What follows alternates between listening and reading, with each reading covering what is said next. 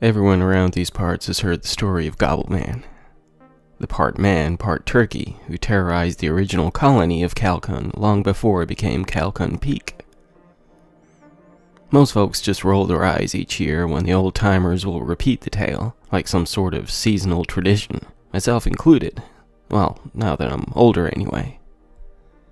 When I was a kid, hearing about the legend from my grandfather, I just knew that I would meet my gory demise at Bloody Beak Point before I sprouted the first short and curly on my bits and pieces. Of course, even though the folklore tells that the feathered freak hasn't been so much as heard of for centuries, to a wide-eyed kid scared of every shadow in the night, each branch tapping against the side of the house was him pecking at the window, trying to get in. I let go of those old irrational fears over the years, feeling not the slightest apprehension in saying Candyman 5 times to my reflection in the mirror when my buddy Dan dared me to. Oh yes, my childhood fears took a back seat to my growing more comfortable with the reality of burgeoning adulthood right around the corner. That was of course until Thanksgiving night, when the moon shed its glow upon the earth in a very different way than the average lunar cycle reaching its peak. According to the legend, the settlers arrived in this little town, nestled between the woody mountains, anywhere from 1625 to 1660, depending on who's telling it. While Kalkun isn't quite as well known as Plymouth, Jameson, or of course Roanoke, the Dutch colony who adopted this land as their new home grew quite the friendly relationship with the natives. For several years, life for the new occupants moved along quite nicely. When word circulated about the tradition of Thanksgiving, though I couldn't tell you if that's what it was called back then, would I look like a historian or some shit? The existing inhabitants, as well as the more recent, chose to jump on board. Each Thanksgiving came and went, the community growing ever closer by the next, the town striving from its close-knit group. That was, of course, how things looked to the outside world, something that is not often the truth of things. You see, the settlers of Kalkun held a dark secret, one that would eventually lead to the downfall of this once happy home. Nora Van Jansen, a middle-aged woman whose husband had not survived the grueling voyage to the new land, had distanced herself from the townsfolk soon after arriving. While a few members of the community helped her build the shack she would call home high up on the mountainside, most kept their distance from her, as much as humanly possible, though that was only a factor in those weekly visits she would make to pick up necessities. It was on that very mountain that she would fulfill the foul deed that would lead to the bloody death of her fellow settlers, and herself included. When she became pregnant only months after her rickety wooden walls were secured in place, many of the townsfolk would point fingers at those they thought to be the potential father of the child-to-be. Rumors would circulate, while speaking voices would fall to whispers when she would pass by, cradling her expanding womb. While she only spoke casually to a specific few, she would not share any details with even those she was close to, or as close as she got to anyone as it was. As was the nature of those more primitive thinking types, these rumors escalated. What was once assumed to be a man who lent his ingredients to the child being crafted in her belly gave way to something more nefarious and demonic. While no man would admit to being the prospective father-to-be, they assumed that she had made a pact with something far more sinister. As the months passed, she distanced herself all the more, getting to the point in which she would only speak when spoken to, and only in single-word sentences if she could help it. Rumor has it, on the night in which she gave birth, her screams and wails echoed across the township for hours on end. Nobody assisted her in the birth, though some had offered. She had pushed everyone so far from arm's length that many washed their hands of her completely. Presuming that she had accepted the assistance of some of the nearby natives with whom she had a passing relationship, every home closed and locked their doors on that dark and foggy night. When her screams bled into a gargling and haunting howl, it is said that this transformed the full moon above, shedding its glow upon the world below, morphing the pristine orb to a sight which assured the people of the small town that something evil had been brought into the world. Some would say that the hollowed-out eyes of the illuminated skull in the sky felt as though they were peering directly into their souls, accusing them of foul deeds of which they feared they may not be innocent.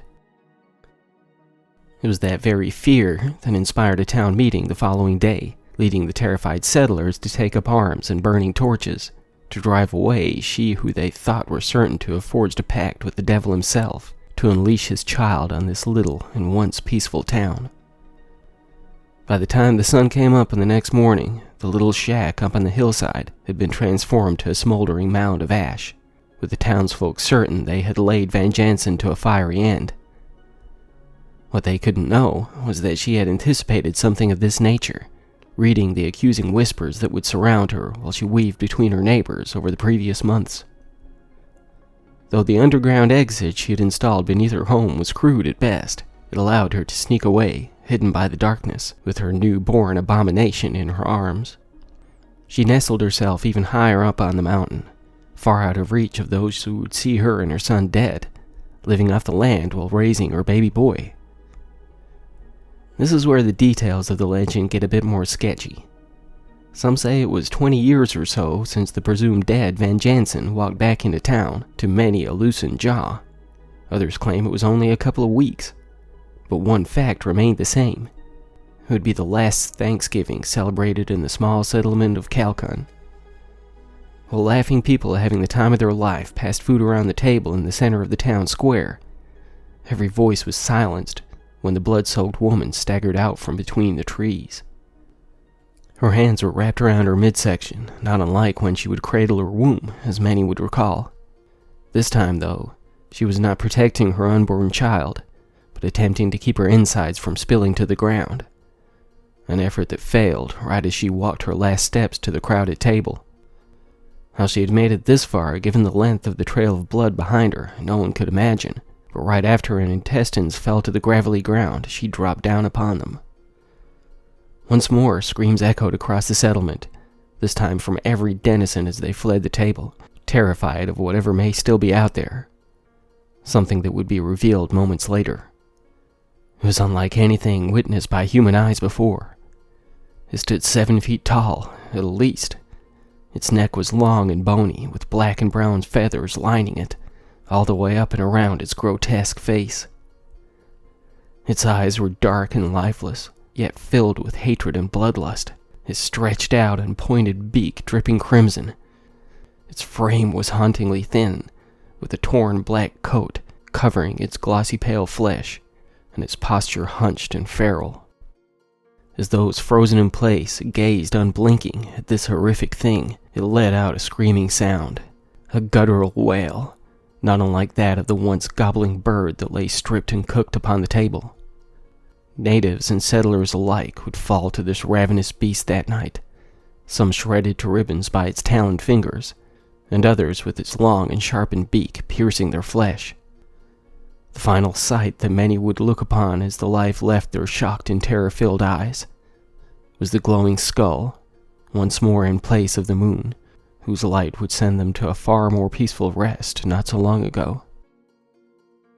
With another gargled chorus, the only remaining living creature in the settlement of Kalkun paced back into the woods, never to be seen again, awaiting the skull moon to set it free once more. It's pretty out there, right? I suppose many small towns have these batshit crazy stories, crafted to scare the shit out of the younger generation. Whether it's to teach them some sort of be a good kid and not a shitty little brat sort of thing, or just for shiggles, to fuck with the young'uns for a laugh, who knows? I guess that varies from place to place. I used to be terrified when I was a wee lad, my old man getting that sneaky grin plastered across his face when I would stare up at the sky each night, dreading the moon being replaced with a stripped-down noggin. When I finally grew out of childish fears, I was honestly pretty pissed about the whole thing, and all those sleepless nights the older folks would inspire through their fucked-up stories. I tell you one thing, though, if their intention was to make me grow up to be a functional adult, it didn't exactly go as planned. If anything, I ended up far too cocky for my own good, going from being a wussy little fraidy cat to a loud-mouthed, obnoxious, and arrogant prick. I can admit that now, seeing things from the outside looking in. All the hell I put the smaller kids through, as well as the adults I blamed for everything shitty in life. I was wrong about a lot of things. It was that very ignorance that damned this small town. and possibly every one of its residents. It was my senior year in high school, so I was trying to live it up as much as I could in this shitty little town. I spent some years distancing myself from my folks, so they didn't care much if I showed up for Thanksgiving dinner or whatever. Vince, my kid brother, who was pretty much every parent's dream of the perfect kid, couldn't wait for the family gathering, and as long as he was there, it didn't matter two shits if I was.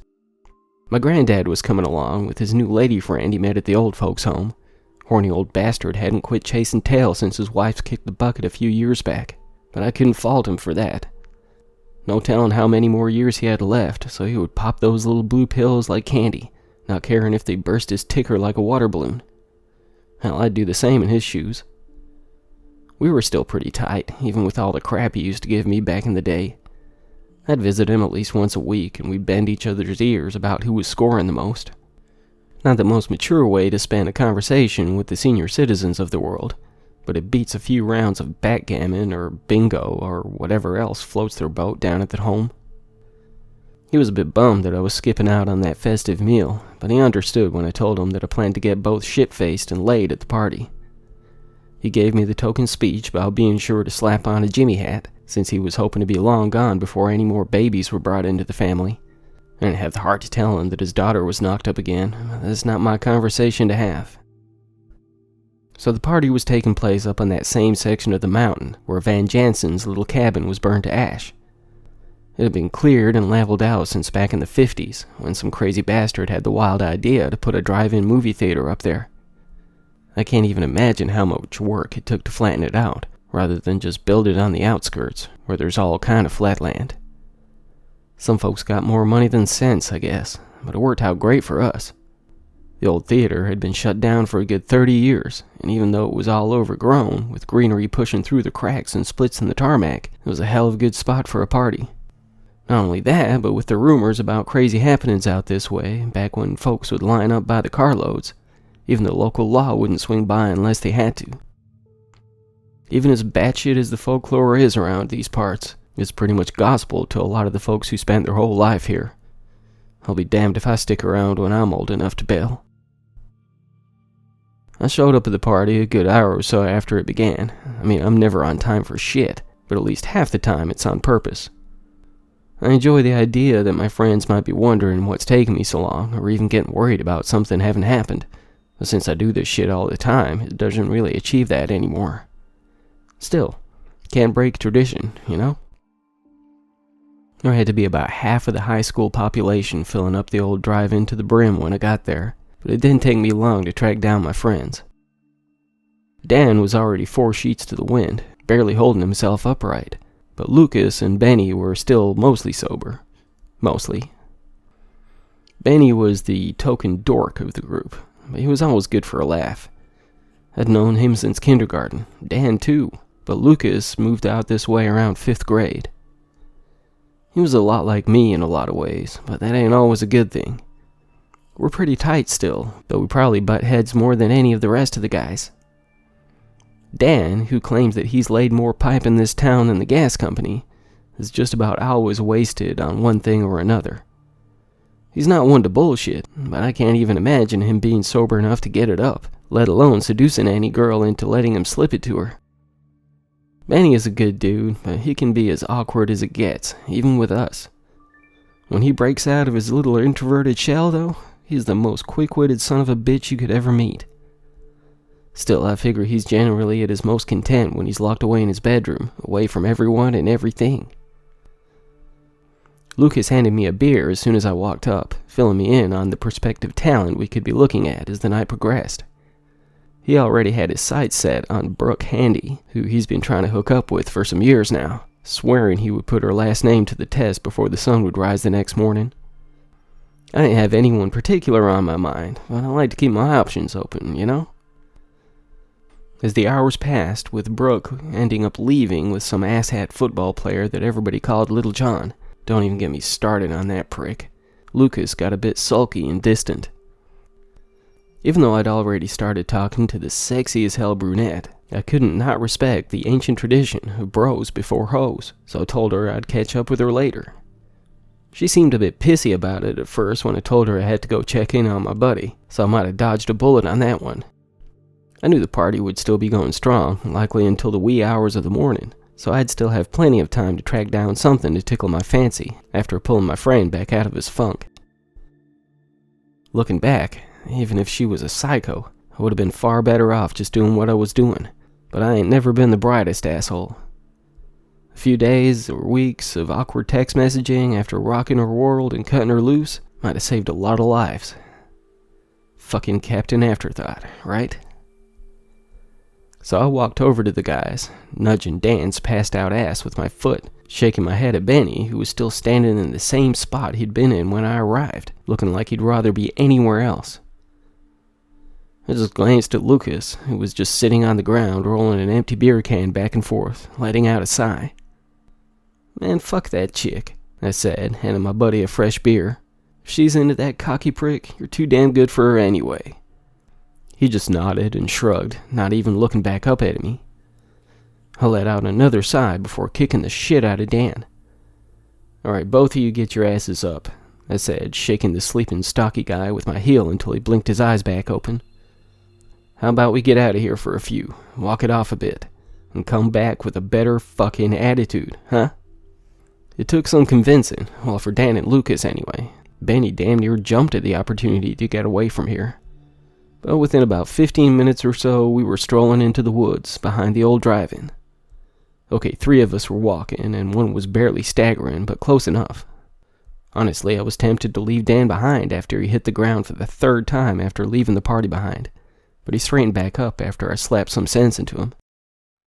It looked like he wanted to hit me back for a moment, but then he just started laughing so hard that he puked up half of the 4 gallons of booze he'd knocked back already.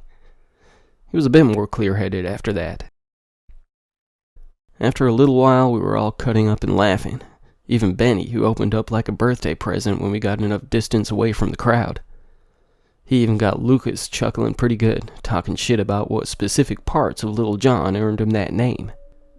She'll be begging for something man-sized after she gets done laughing at Little John's little Johnny, he said, making Lucas spit his mouthful of beer onto the grass from laughing so hard. We were fucking around and talking so much shit, I couldn't even tell you how long we'd been walking, when we came up on a strange-looking, baby-smooth rock wall I ain't never laid my eyes on before. It was almost perfectly flat, but grown over with vines and brush that looked like they were rotting from the inside out. It was the same with all the greenery around that wall, in a wide semicircle around it, so wide that I had to step back a good 10 or 15 yards to get back to the trees that had some sort of life left in them.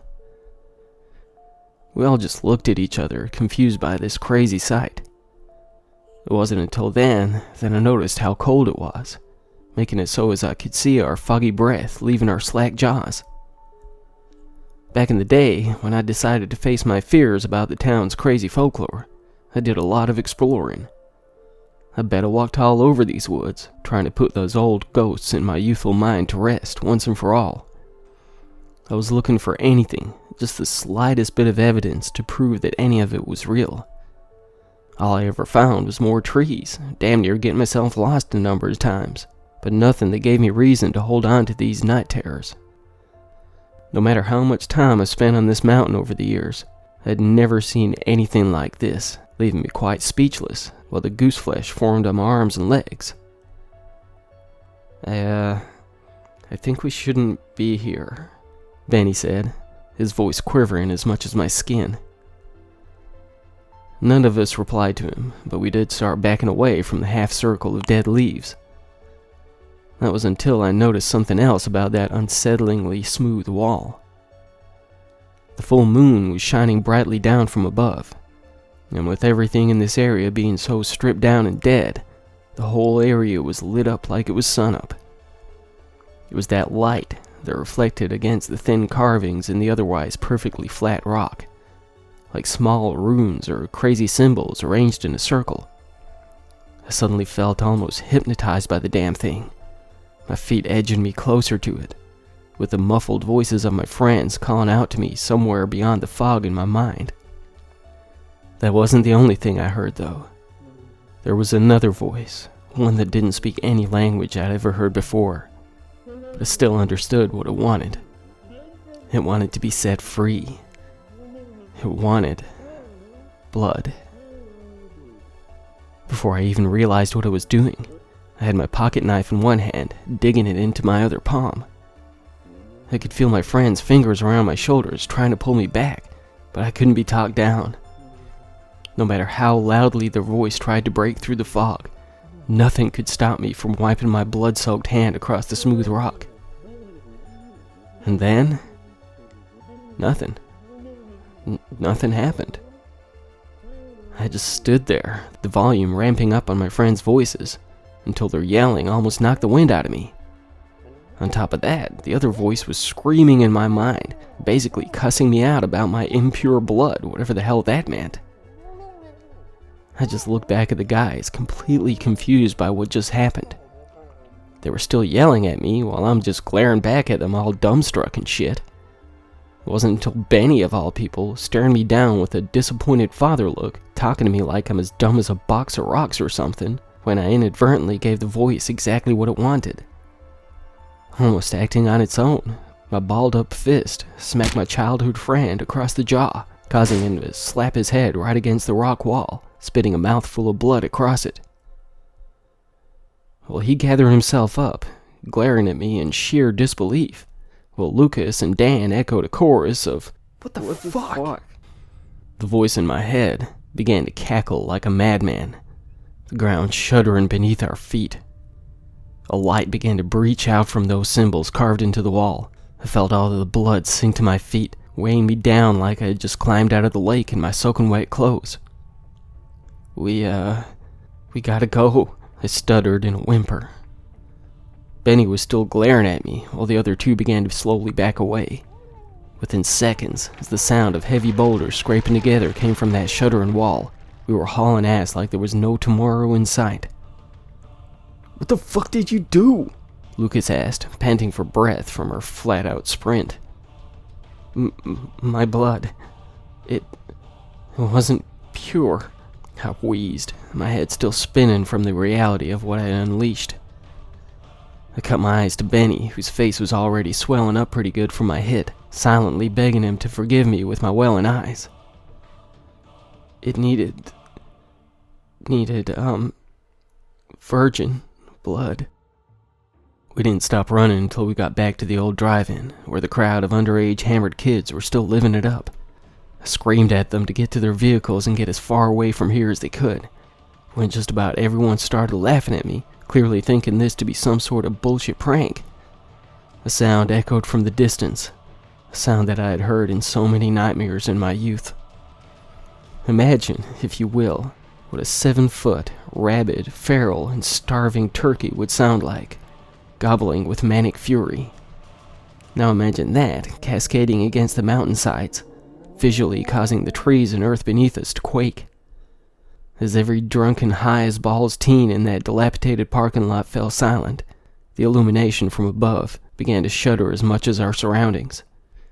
Each head raised in unison, as though choreographed for some sort of flash mob. I had to consciously convince my bladder not to give out, when my eyes met the shimmering moon, shedding its glow upon the earth, gazing into the hauntingly dark sockets of the skull glaring down at me.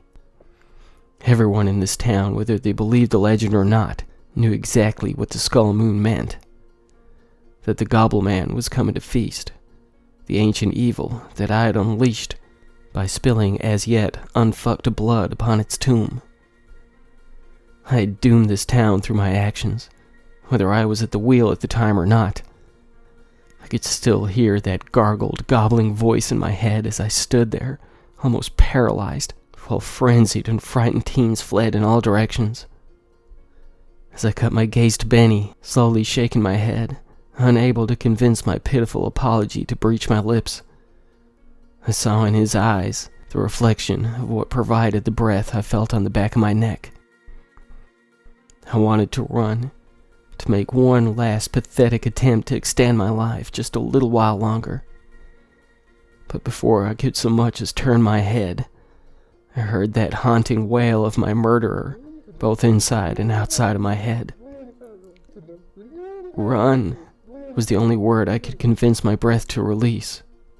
Before.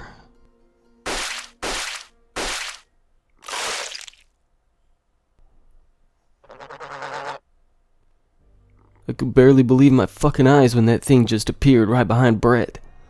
I swear to Christ I didn't even see it sneaking up. Everyone was screaming like crazy when the moon transformed, and I could barely hear my own thoughts, let alone a fucking 7-foot, thing, stomping its feet through the trees. I ain't never seen Brett cry before, so that scared me more than anything when I saw those tears leaking from his eyes. He was looking at Benny, barely paying any of us any mind, but him.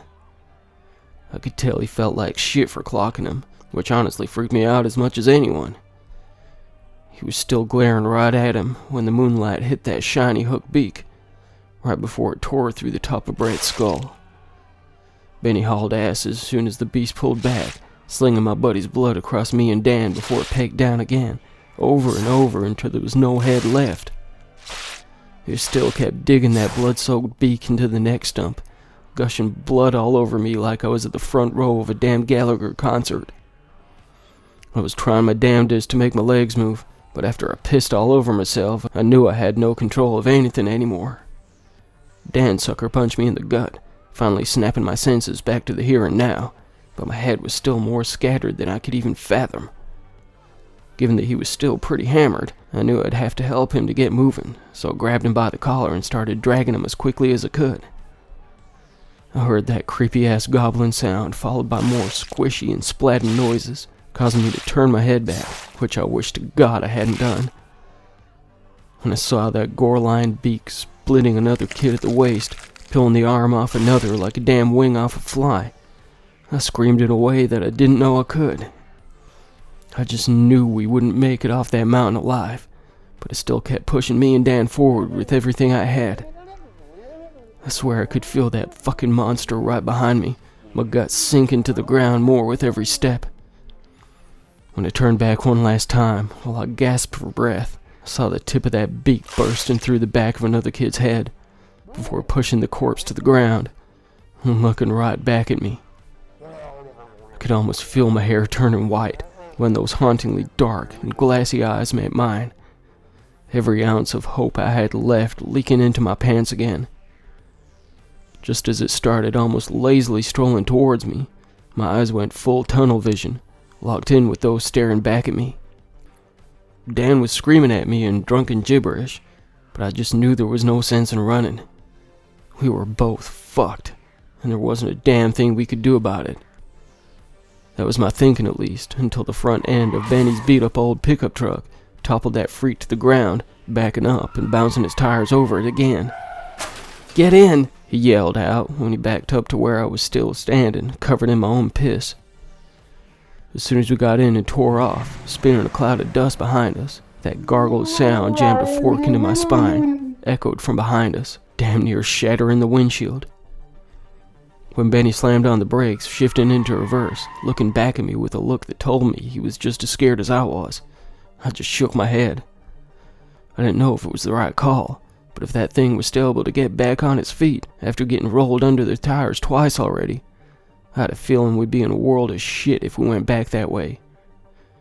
Benny just nodded, threw it in drive, and took off.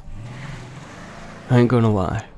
I was tempted to ask him to just keep going until we were well away from this godforsaken shithole, but if this thing went down anything like the stories told, I knew that I had to get my mom and little sister to safety as well.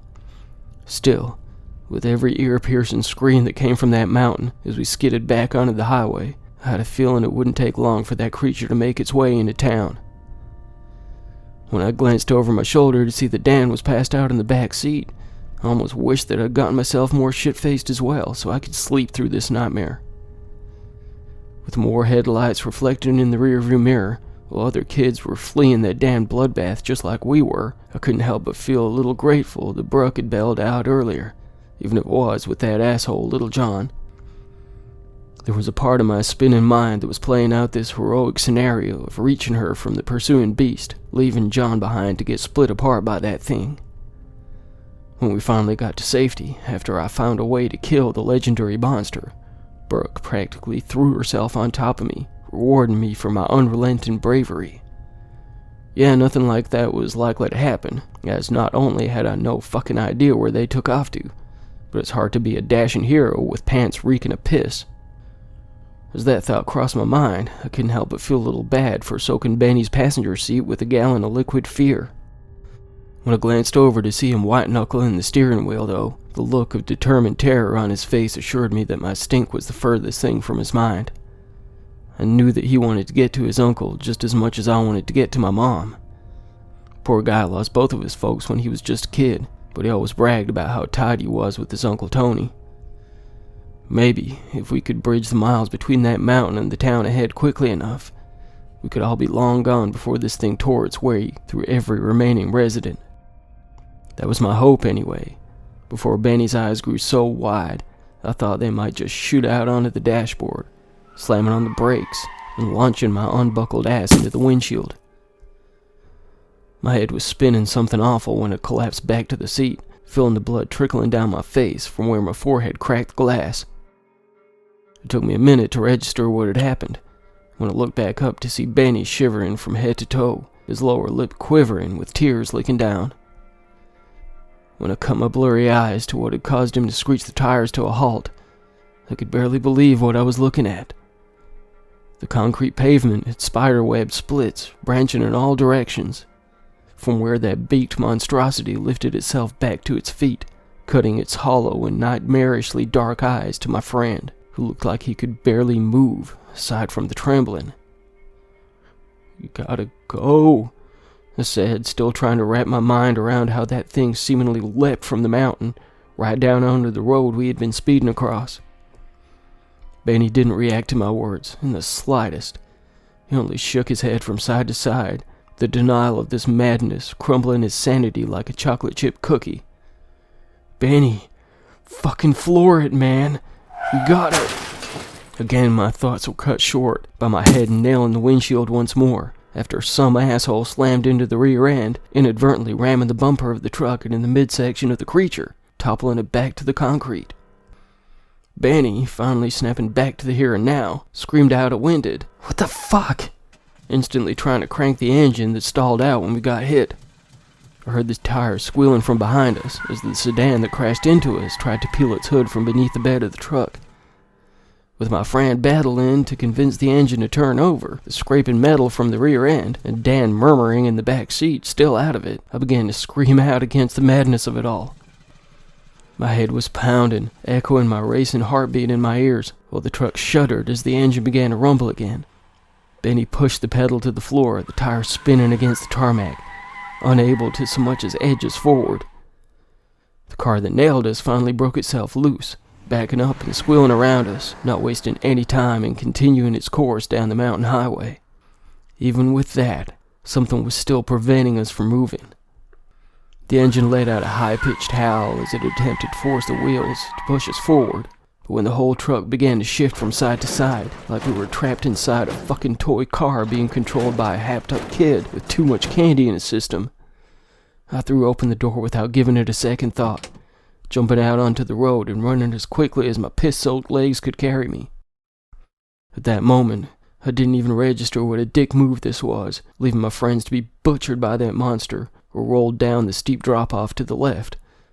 The only thing I cared about at the time was escaping with my life.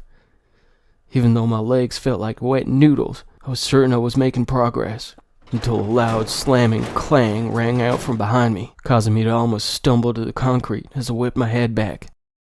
When I saw the truck roll over, toppling onto its roof and back to its tires, bouncing slightly as it rocked in place, I couldn't even tell if the two inside were all right.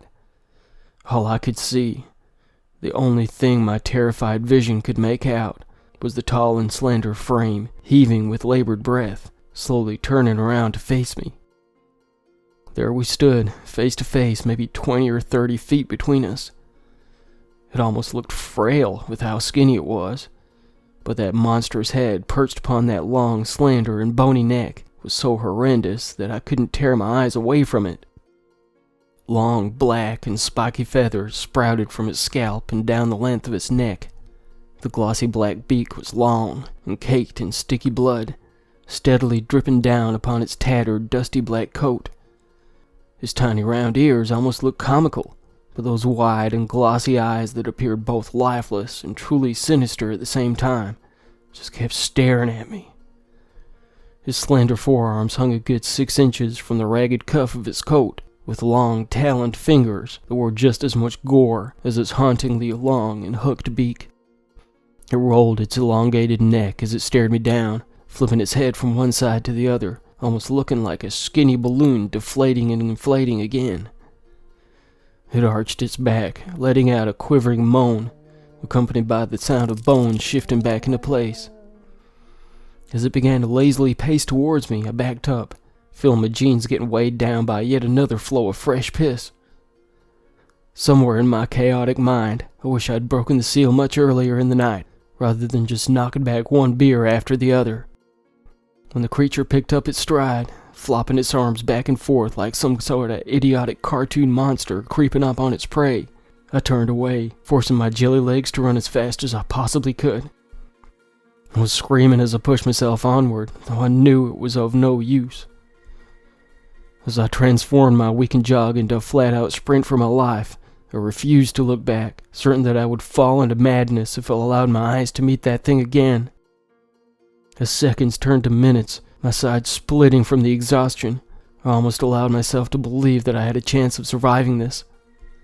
But when I glanced to my side after feeling that unsettling sensation of being watched, to see that abomination just casually strolling right next to me, still flopping its arms back and forth, I swear I saw that beak form a smile, almost flipping the whole thing upwards. For the last time, I screamed out with every ounce of fear and energy I had. But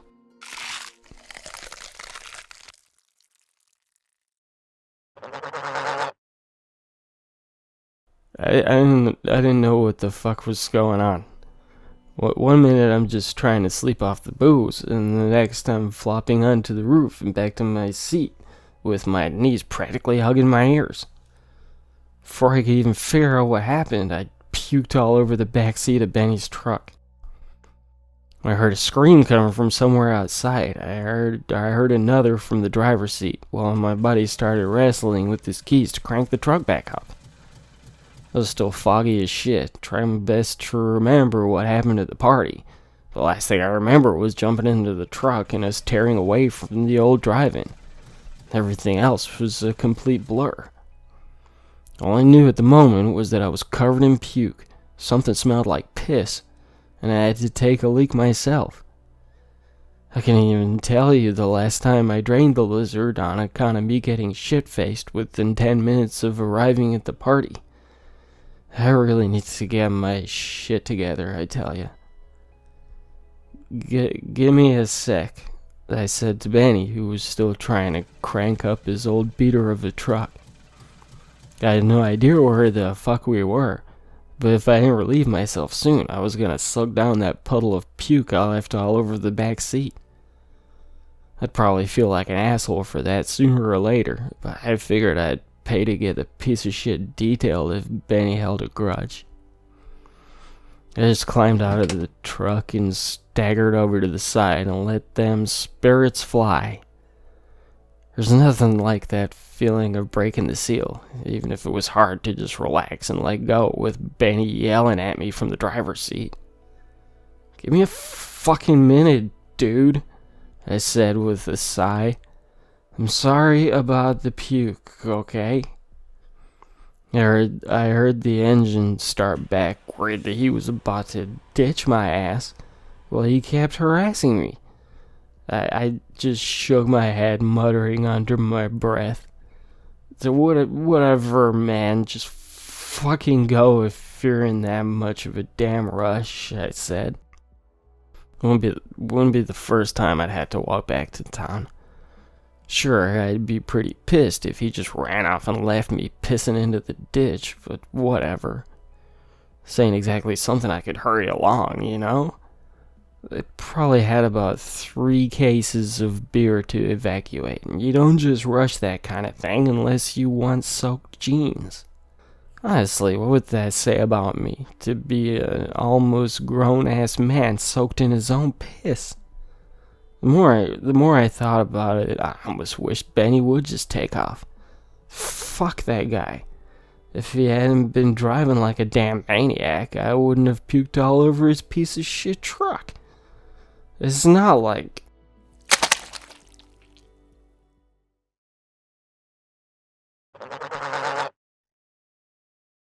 I just knew that my heart would burst in my chest any moment. 1 second, I'm sitting in place, begging my truck to crank, and the next, I feel the tires lifting from the ground. I screamed at Lucas when he jumped out and took off running. That yell caught in my throat when my truck tumbled to the left. I just sat there, gasping for breath, my whole body quaking like the ground had up on that mountain, while Lucas was trying his best to distance himself from us. I don't know why I felt so betrayed by his actions.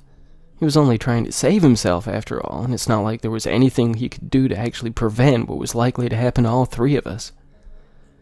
I just gazed on in horror as the slender figure got back to his feet, steadily pacing in wide strides towards the fleeing Lucas. No matter how fast he ran, even with his feet trying to stumble beneath him, that thing was right next to him within seconds. They both just stopped in place, gazing at one another, with my friend crying as hard as I was. It happened so quickly, I could barely fathom anything or anyone moving so fast. But with a swift flick of that elongated neck, that crimson-stained beak tore my friend's head from his neck, leaving his body stumbling in place before falling lifeless to the ground. I didn't even realize I was screaming so hard, even after the back door opened with Dan staggering out onto the pavement. Give me a I was yelling at him to get back in while doing everything I could to get my truck to crank again. I was still begging my only living friend to come back, unable to believe my eyes when he just started casually peeing off the side of the road. Was he really that oblivious to what was going on here? By the time I had finally got the engine to turn over, that creature was lazily sauntering back towards us. I couldn't leave Dan to be slaughtered, but no matter how much I begged him to snap some sense into his perpetually intoxicated brain, he just muttered under his breath, acting pissed off at me for interrupting his stream. While I watched that dripping beak pass by my window, I knew there was no hope for Dan. Even if I could convince him to listen, it was far too late to save him. I refused to look back and see what happened, slipping my shifter back into drive and pushing the pedal to the floor. With the sound of fresh gore splashing across the concrete, I pushed my accelerator to the limit, while that gobbling wail sounded furious, likely reveling in another fresh kill, while angered by my attempt to escape. I almost went off the side of the road and down the steep hillside as I jerked the wheel to veer around what was left of Lucas, but I still wouldn't allow my eyes to meet the blood-soaked pavement. I just kept my gaze fixed on the road ahead, driving faster than I had ever felt comfortable in driving before. My mind was reeling while my truck shuddered from the more hastened ride than I was used to, but I wouldn't let up, nor would I allow my eyes to drift to the rear view, fearing the sight of that monster chasing after me on foot, its hauntingly slender legs closing the gap between us. I couldn't let the imagery attacking the forefront of my brain to distract me from my escape, nor could I relent in my desire to reach my uncle before his blood could be spilled to the floor. I couldn't know how long it may take for that abomination to reach town, but I hoped that I could make it there first. With that leap it took from the mountainside, crashing to the concrete before me, I had to assume that it would make swift work of the miles, but again, I could not let anything distract me from my goal. I'd never been a brave person, keeping to myself even when surrounded by my friends, but I had to be something better than that now. I didn't give a damn about anyone in this stupid little town, and I had plans to leave it in the dust after graduation, but Tony was the only person I could ever count on my whole life, even before my parents died in that car accident when I was only 5 years old. The townsfolk here had always been so self-consumed, endlessly spitting rumors about each other, while smiling in the faces of those they mocked only seconds before. Though their arrogant and self-indulgent ways did not warrant their bloody demise at Beak Point, I could not save them all. No, I had one goal and one destination in mind. I would physically yank Tony from the house if I had to, and leave the home we shared behind. No matter what, I would see this through to whatever bitter end it had in store for me. I felt the determination building within me, my focus unfaltering as I veered off the highway at the base of the mountain and onto the road that would lead directly into Main Street. My uncle's house was just beyond the main strip, and I could almost taste my victory as the tall street lamps came into view. When the screaming met my ears, however, I felt every ounce of that brief moment of confidence slip through the cracks lining my windshield. As the shadowed figures ran across the road some 50 yards ahead of me, with their lanky pursuer leaping from one of its victims to the next, gushing crimson to the pavement with every brief stop, I just cut off my headlights. The shrieking howls of eviscerated townsfolk cascaded against the walls of the shops, whose doors had locked up for the holiday many hours before. People streamed from the bars and diners that kept later hours on such days, while that gobbling madness echoed with gargled fury. There were so many bodies lining the streets and strewn apart across the road that my hopes of reaching the other end of the strip seemed impossible at best. There were several routes to reach my home, some of which would require backtracking a bit, but that appeared to be my only option at this juncture. I briefly considered gunning it through town, plowing through anyone and anything that crossed my path, but I had no doubt that that would lead to both my death and my damnation. I slipped away from that creature more than once already, plus I had heard it. Even if it did bounce back as though I'd done nothing more than toss a paper wad at its knee. Now, my only option, should I hope to reach my uncle before his blood fell to the ground, blending with the gallons that already spoiled the earth, was to back away in hopes of remaining unnoticed. And that's exactly what I did, keeping my light snuffed out while steadily rolling in reverse, hopeful that my growling engine would not register above the horrified and tortured screams. I kept it slow all the way until I was able to take that right onto the back road that led behind and around the main strip. Though there were no lamps on this far less traveled road, I kept my truck in darkness, relying on the illuminated skull above to guide the path ahead. To my great surprise, the more scenic route, though a good deal slower than my initial course, went uneventfully, with those distant shrieks and wails still assuring me that I was at a safe distance from the chaos. The second I pulled up alongside my uncle's home, I ran inside, calling his name in a little more than a whispered yell. "What the fuck?" Tony barked when I came up behind him while he was pulling his supper from the microwave. We have to go. It's come back." "Huh?" he said, looking utterly perplexed. "Gobbleman," I said, tears streaming down my face. "Brett, he let him out. Broke him free. We have to..." "How much did you have to drink tonight?" my uncle said, cutting off my words with a chuckle. "Do you even know what's going on out there?" I shouted, louder than I had planned, gesturing to the door I had left ajar. With the distant howls of agony drifting across the threshold, Tony's eyes grew wide, his TV dinner slipping from his grasp. "It can be. It's not... We have to go, Tony. Please." No, we can't just... We have to. There's nothing we can do for them now," I begged, my eyes welling up again. Tony was a Marine back in the day, before my folks passed. He would have likely retired from the military had he not given it up to raise me. I idolized the man when I was younger, and honestly still did. I think he was the only thing that saved me from getting my ass kicked all the more, being such an easy target for the bigger kids. After he put the fear of God into a couple of seniors who were giving me a hard time back when I was still in middle school, assuring them that he would slice them from neck to nuts if they so much as looked at me again, word got around pretty quickly. Nobody would get it within a foot of me after that, except for my few friends, who now lay scattered in pieces back towards that mountain. "We need to get to Carl Bentley," Tony said with a look of pensive determination on his face. "Brett's granddad?" "Ain't no one in this town who knows as much about the legend as him," my uncle said, snatching up the keys to his Jeep. "If anyone knows how to put an end to this, it'll be him." "But..." "Benny," he said, grasping my shoulders in his muscled hands. "I know you're scared. I am too. But we cannot just leave this thing to wipe out the whole damn town. We can't save them. They're all ready. Do you really think it'll stop here? That it'll have its fill of blood and just go back to sleep for several more centuries? I hadn't even thought of this. According to the folklore, the beast just walked back up the mountain after every ounce of blood had been shed. But that didn't make any sense, now that I really thought about it. As much as I wanted to run and get as far away from the potentially sticky end we may be facing, I couldn't deny that my uncle was right.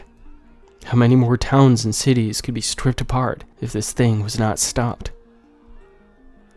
With my whole body trembling and any word I could offer locked in my throat, I simply gave Tony a nod. He slipped his hands from my shoulders, heading straight to his gun cabinet, tossing me a shotgun and a revolver while he looped the strap of his AR around his arm, clipping a holstered pistol to his belt. I could tell that the screams were drawing closer while I climbed into the passenger seat of my uncle's lifted Jeep, but with Brett's house being a few miles in the opposite direction of the ongoing carnage, I could only hope that we had enough time to reach him. If nothing else, the ambient background sounds of destruction and death allowed us to keep track of which roads not to take. Tony knew these roads far better than I did, as he had spent considerably more time traversing them through the years. We had to take a few backtracking paths as other vehicles were deserted in the middle of roads while bodies were strewn apart beside them. It only took us around 20 minutes to reach the home in which my friend used to live before his untimely demise. What greeted us when we arrived, however, left my knees in a somewhat gelatinous state once more. With the door splayed open and sticky crimson gore lining the muddy welcome mat, my uncle and I just glanced at each other, both of us lost for words. It wasn't until then that I took note of the neighboring homes, each with shattered windows and thrown open entryways. How could this monster have already killed so many people? How could it spread this much sadistic chaos over such a short time? How long would it be until nothing and no one remained in this cursed town? "We need to check it out," Tony said, the reluctance in his voice evident with every hesitant word. I just nodded, the bodily tremors I was experiencing forcing me to remain silent again. We slid out of the Jeep, keeping our actions as quiet as possible, my uncle holding his AR and me with his shotgun in hand. Given the state of the neighborhood and the distant howls of pain, it could be taken for granted that the monster would have no reason to return anytime soon. But that didn't ease the hammering of my chest in the slightest. I walked behind Tony, constantly stealing glances over my shoulder to ensure that nothing may be creeping up from our rear.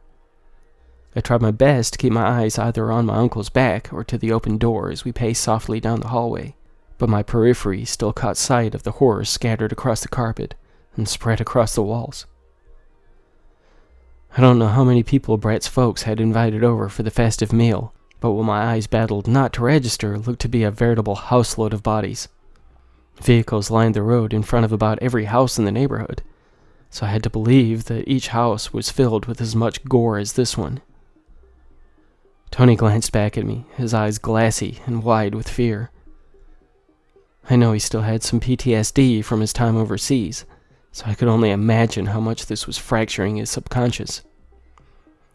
Though my heart was breaking from the death of my friends, and God knows how many others had fallen to that creature, I feared that we hadn't hope of putting an end to this madness, with Brett's grandfather likely amongst the bodies in this house. As my uncle shook his head, the hopelessness of it all etched into his expression. I heard a sound that almost inspired me to collapse into the shimmering puddle of gore beneath my feet. At first, I assumed the trembling moan to belong to the one who would surely lay me to rest, tearing me apart with his blood-soaked beak. The sudden spark illuminating in Tony's gaze provided me the slightest ray of hope. "Help me," a weakened voice uttered from just beyond the room in which we were standing. Once more I followed behind my uncle as he took wide strides, stepping over and around the scattered limbs and guts. The voice muttered from somewhere beyond an open door, halfway down the corridor I knew to lead to my friend's bedroom. When my eyes met the elderly man, a few steps down, spread across the stairway that led to the basement, I knew we hadn't a chance of saving him from his imminent demise. Both of his legs were gone, right below the knees with grizzled chunks of meat and bone left in their wake. As he lifted his weary head to stare up at Tony, who crouched down beside him to the best of his ability, I began to hyperventilate with the sight of the right side of his face having been torn away, with the gaping, vacant socket of his absent eye oozing sticky fluids. Though he was lying with his stomach pressed to the steps beneath him, his intestines were splayed out beside where he lay, assuring me that were we to attempt to move him, whatever remained would spill to the floor below. My guts were churning at the sight of, his guts, but also from the knowledge that I would likely find myself in a similar condition before the sun should rise. As Tony whispered back and forth with the old man, hopefully learning all he could about how to begin our next steps, I became aware of another sound that began to hammer a fresh nail into my coffin. "Tony," I whispered through trembling breath. We gotta get moving, man." He glanced up at me, just as the old man fell limp, unable to keep his head raised as the last ounces of his life leaked across the stairs. With a haunted and terrified look on his face, I could tell that he heard the sound as well, that echoed, gobbling wail that was so much closer than before. Before we walked back out into the street, my uncle explained to me what he had learned from the old man. The part of the legend that provided every kid in this town nightmares. The missing chapter that no one else ever shared. The natives who'd befriended the initial settlers of Kalkun had apparently been much more aware of what Van Jansen had brought into the world that night. Though some assumed, given the appearance of that abomination, that she had somehow mated with an actual turkey in her loneliness, the truth of things was far more horrendous. According to the lore I was never aware of, the mountain upon which Gobbleman was born is home to a weak spot between this world and one beneath. While the shamans of the small tribe took measures to prevent anything from slipping through, on occasion, it could not be contained.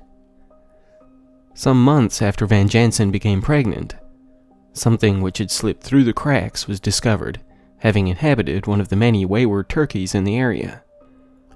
This infection, for lack of a better term, had bloated the bird to gargantuan proportions, mutating and deforming the pitiful fowl. As such demonic entities cannot survive for long in such a vessel, it had already fallen to its disease, taking its host with it, but not before it had spilled its seed within the lonesome widow. Why it chose to impregnate the woman rather than taking possession of her rather than remaining in the bloated bird, I can't say. Perhaps it had somehow become trapped inside the poor animal. Of course, maybe its purpose all along was to bring its offspring into this world, sacrificing itself to allow its demonic child to be born. While some members of the tribe attempted to put an end to the woman before she could bring this creature into this world, it would seem what was growing inside her rendered her impervious to harm. After several failed attempts, they fell back into the woods, watching the progression from afar. For months, the shamans worked on a spell that may bind the creature, but this could not be enacted until it was released from its mother's womb. Were it not for the actions of the townfolk, they may have been able to put a stop to this madness before it grew large enough to spread its evil. But when they sent the woman and her newborn child fleeing deeper into the mountain, having burned their home to cinders, they lost track of her, as well as the creature that would lead to their downfall. By the time they finally tracked the woman and her child, it was already too late. They moved in to attack the two, only succeeding in slicing through the woman's torso before the abomination turned its beak on them. She had already fled by the time the battle came to an end, with the few who survived scattering across the mountain in varying directions. Had the creature not been distracted by attempting to locate its mother, it would have likely hunted down every last member of that tribe. But as it turned out, it found her only moments after she collapsed in front of the dining townsfolk. Its rage turned to madness, blinding all but its desire to spread torment and pain. What it didn't realize, however, was that the shamans had survived this initial spree of carnage, setting their plan in motion while the beast was distracted by its prey. One of the younger members of the tribe, who had only just crossed his 16th year on this earth, called out to the beast as it tore into the residents of the town. When those blackened eyes met the determined gaze of the youth, its rage let loose all the more, leaving all reason spread across the town square, with the mounds of gore in its stead. It chased the boy, who was far more familiar with the terrain than the one who had only seen parts of it over his brief lifespan. The child led its pursuer to the very cavern in which it had been raised, where the trap had been set. The only remaining ingredient left to be added was the virgin blood of the brave young man, who would give his life to put an end to this hell on earth. The creature had no idea what awaited it when it moved in closer, while the boy backed up into the cavern. The two gazed at one another, the conviction of the boy not faltering for a second. As the beast softly pierced the throat of the youth, spilling his blood to the concrete below, it hadn't a chance of reacting to the blinding light that manifested when that first drop hit the ground. By the time the sun would rise again, the illuminated skull in the sky falling dormant once more, the mountainside had sealed itself shut, with the beast bound within the very fabric of that very wall. A wall that could only be toppled by the blood of a virgin child. My uncle just stared at me when his story came to a close, his eyes welling up as mine did. In that moment, though I knew what had to be done, I finally felt all hope leaving my chaotic mind. At that moment, I knew that my journey must end in order to stop this reign of madness. As I followed my uncle silently back out of that gore-lined house, my mind was so absent that I walked right into his back as he stopped short in the doorway. He just glanced back at me, his eyes quivering under the light of the skull moon. He wrapped his arms around me before slipping the keys to his Jeep into my hand, turning back to face what awaited us in the middle of the road. I didn't register it at first, only the sadness evident on my uncle's face as he uttered a shaky, "Go." When that satisfied and strangely arrogant-sounding gobble met my ears, I knew exactly what was happening. "Go!" Tony shouted again, his discharging rifle causing any words I could offer to remain unheard. Though I heard the meaty impact when each of his bullets drilled into the feathered flesh, I knew there was nothing I could do but exactly what Tony demanded. I ran for the Jeep while my guardian made his best efforts to grant my escape. As I cranked the Jeep and pulled back onto the road, the headlight shone across my beloved uncle's final stand. I watched on in horror as the creature swatted the gun from his hands, wrapping its taloned fingers around the wrists of each arm, spreading them out to the side. Tony looked back at me with agony lining his eyes and screeching mouth, while the son of Nora Van Jansen peeled the arms away from their shoulders before turning his demented face back to me. My uncle just swayed back and forth on trembling legs as I slipped the shifter into reverse, swiftly backing up to spin the vehicle around. As I glanced to the rear view to see that beak breaching the chest of the one who raised me, rearing back before plunging into it over and over again, I pushed the pedal to the floor, squealing my tires as I fled. With that howling gobble inspiring my ears to ring from its pitch, I could only hope that I could reach that mountainside again before my blood would be spilled across the ground. I drove so fast and so recklessly that I felt as though I were attempting to outrun the devil himself. I could hear the windows shatter and cars crumple as the beast bounded from one object to the next in its attempt to reach me, but I wouldn't relent. I couldn't. I knew I would die this night, but it would be on my terms, not its. I veered around scattered bodies and bounced across curbs and front yards as I sped through the neighborhoods. When I spun the tires as I turned onto the main strip in downtown Kalkun Peak, I let out a shaky breath, realizing that I would have no choice but to pummel through the corpses lining the pavement. With that thing only feet behind me, I threw it into four-wheel drive and gunned it through the center of town, screaming out in a primal wail. Honestly, my screams were more of an attempt to block out the sound of the bones crunching and skin splitting beneath the wheels, but I might have been completely losing my shit if I'm being honest. As I passed by the last building of the town in ruins, I heard and felt the sound of talons tearing through the metal of the rear hatch, inspiring me to slam the brakes, causing the bastard to smash against the rear end. As I slipped out of four-wheel drive and hit the gas harder, I heard a gobbled yelp from behind me, cackling like a lunatic when I watched the creature tumble across the road in the rear view. I slowed down ever so little, just to give it enough time to get back to its feet and not lose sight of me. as much as my fear begged me to just escape, to keep on pushing my uncle's jeep onward until I outran my certain doom.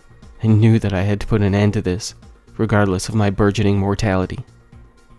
As it stumbled back to its feet, I pushed the engine back to its limit, squealing the tires once more as I raced towards the mountain ahead. I physically winced as I passed by Lucas's twisted frame, feeling the wheels slice through the growing puddle of crimson around him, but I knew that this meant I was getting close. I slammed the brakes again, skidding sideways, almost fearing I would topple across the side of the road when the left turn ahead came into view. I felt the tires bounce as they slipped onto the more bumpy mountain road, my heart racing harder than the engine by this point.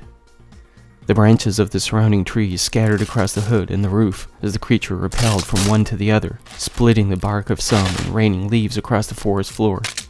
It was close, much closer than I had hoped for. At this rate, I wouldn't have a chance of outrunning it when I would be forced to leave it on foot, but I didn't have time to weigh the pros and cons of my rash decisions.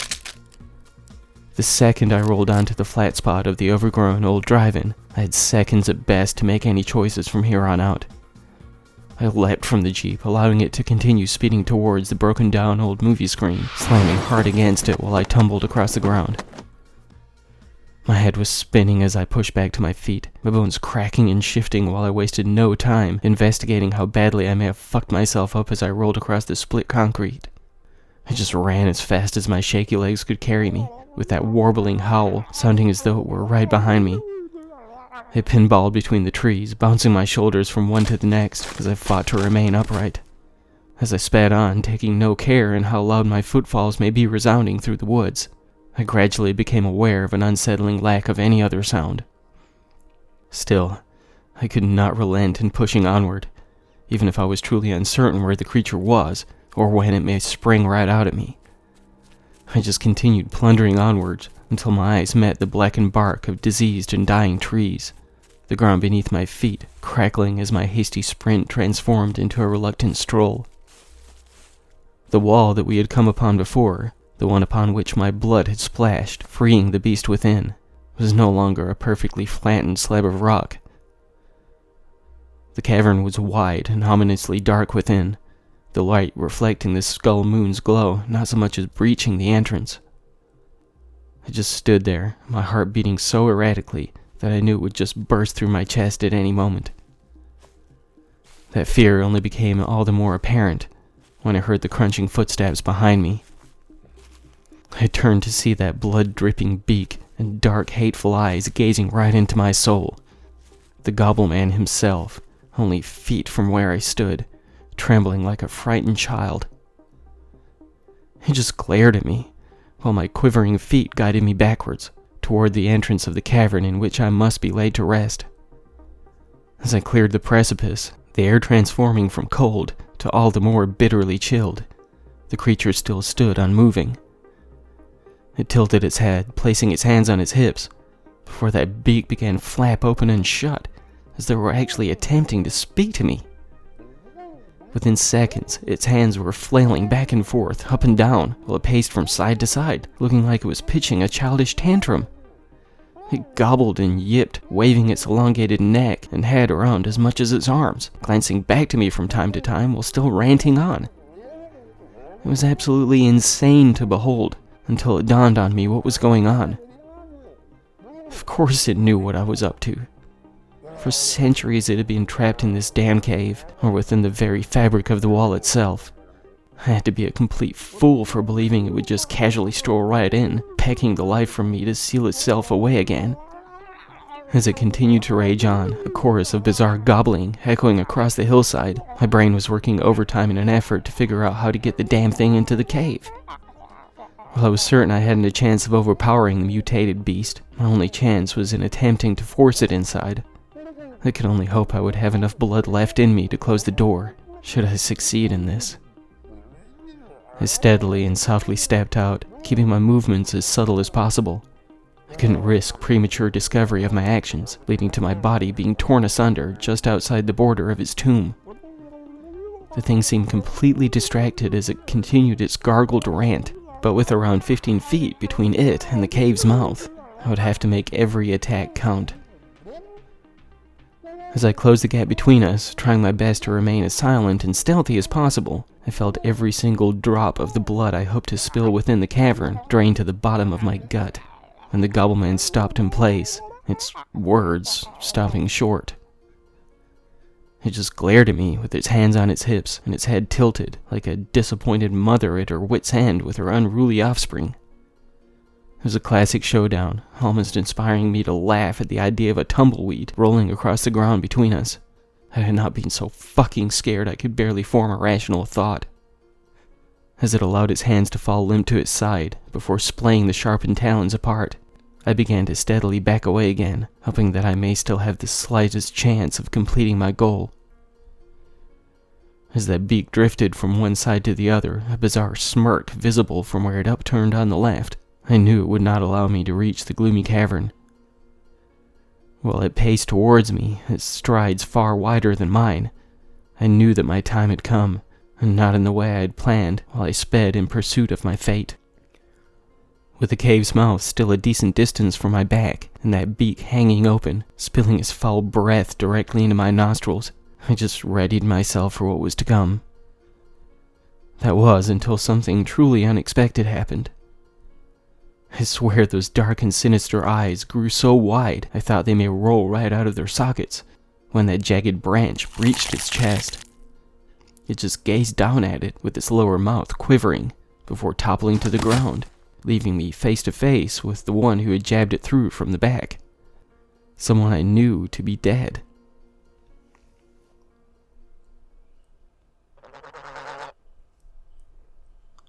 So I was just minding my business, trying to drain the beer swishing around in my gut, when this creepy ass bird man thing came strolling up to me.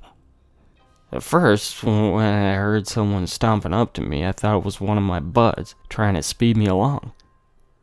Right off the bat, before I even looked at whoever it was, I started cussing them out. My head was dizzy as shit. Plus, I was still half asleep. But can't a guy take a fucking piss in peace? I looked over to see that long-ass beak dripping blood to the ground, with the truck beside me revving up, getting ready to take off. I just lost it.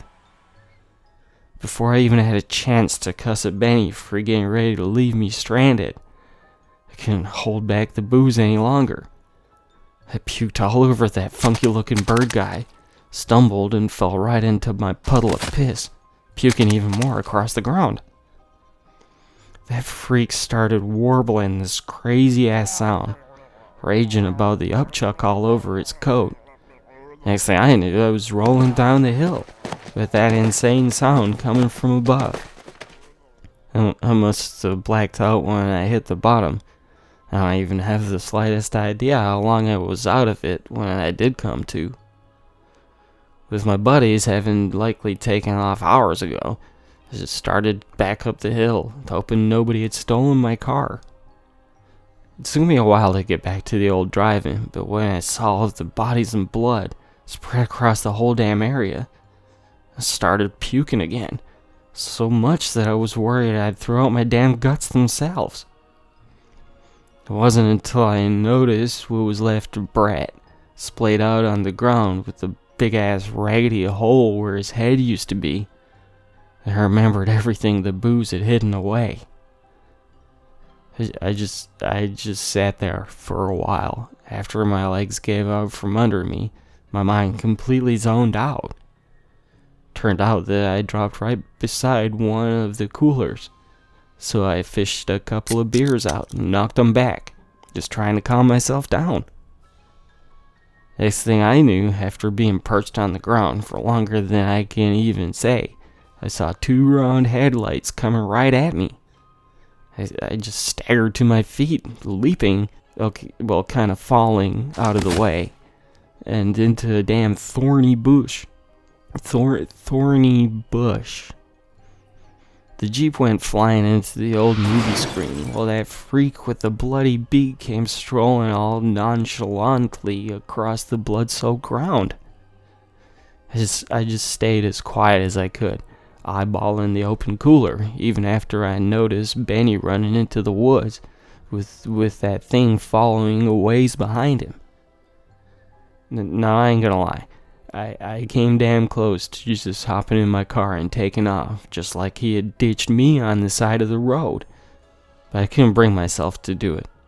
Plus, I likely would have got myself killed, with my head spinning from the booze again. After some inner arguing, I finally took off after them, grabbing another beer for the walk. I tracked them through the woods, trying to keep myself all silent and shit, stopping a ways back from where that beast looked like it was giving my friend the telling off of his life. Well, that thing raged on, and Benny came strolling up to him. I was whittling away on a thick-ass tree branch with my pocket knife. It actually didn't take too long, with my hands shaking so bad, even if I cut into myself a few times. I was so zoned in on the batshit crazy scene before me, I almost lost it when the monster got quiet and just started staring my buddy down. When it moved closer to him, I just took off toward it, tripping over my own damn feet and ramming the branch through its back the second I got close enough. It dropped to the ground like a sack of fucking potatoes, leaving me eye to eye with my friend, who had left me to get butchered. It was kind of awkward, if I'm being honest.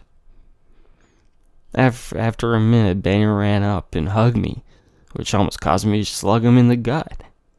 But when he started stuttering, trying to make his mouth work, both noticed that creature beginning to move again. "Help me," my buddy said, snatching that thing by the arm and trying to drag it across the ground.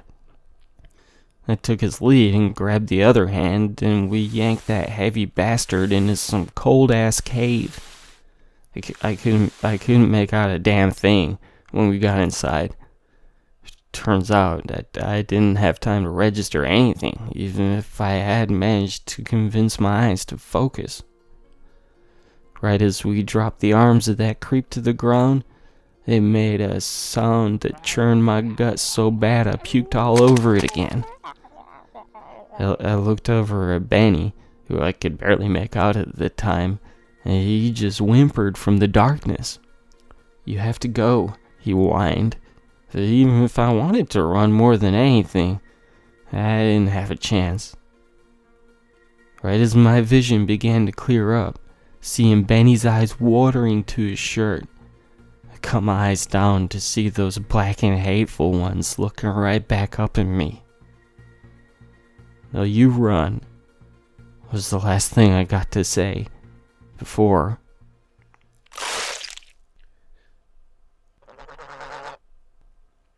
The abomination just lunged from the ground, burying its beak into Dan so deeply that the blood gushing from inside sprayed directly into its already vomit-soaked eyes.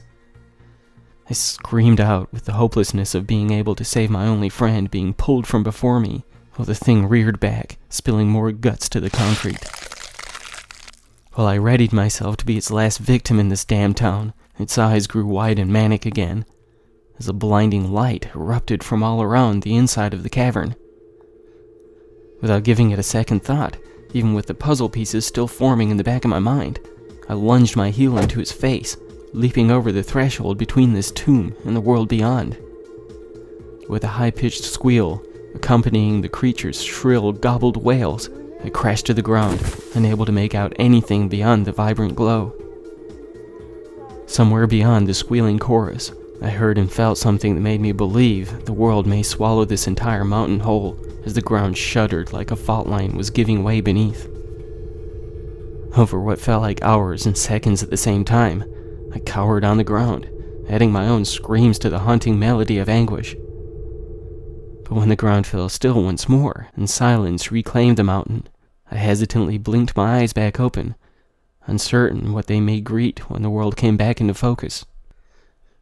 When I saw that the wide mouth of the cave was replaced by that familiar slab of smooth rock, I hesitantly turned my gaze to the sky, to see the pristine orb of the full moon glaring back at me.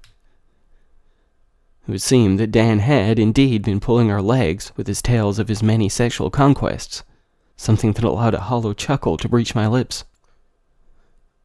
Though my friends, and God knows how many residents of this town had fallen to this madness, My empty giggle transitioned to a completely insane cackle as I climbed back to my feet.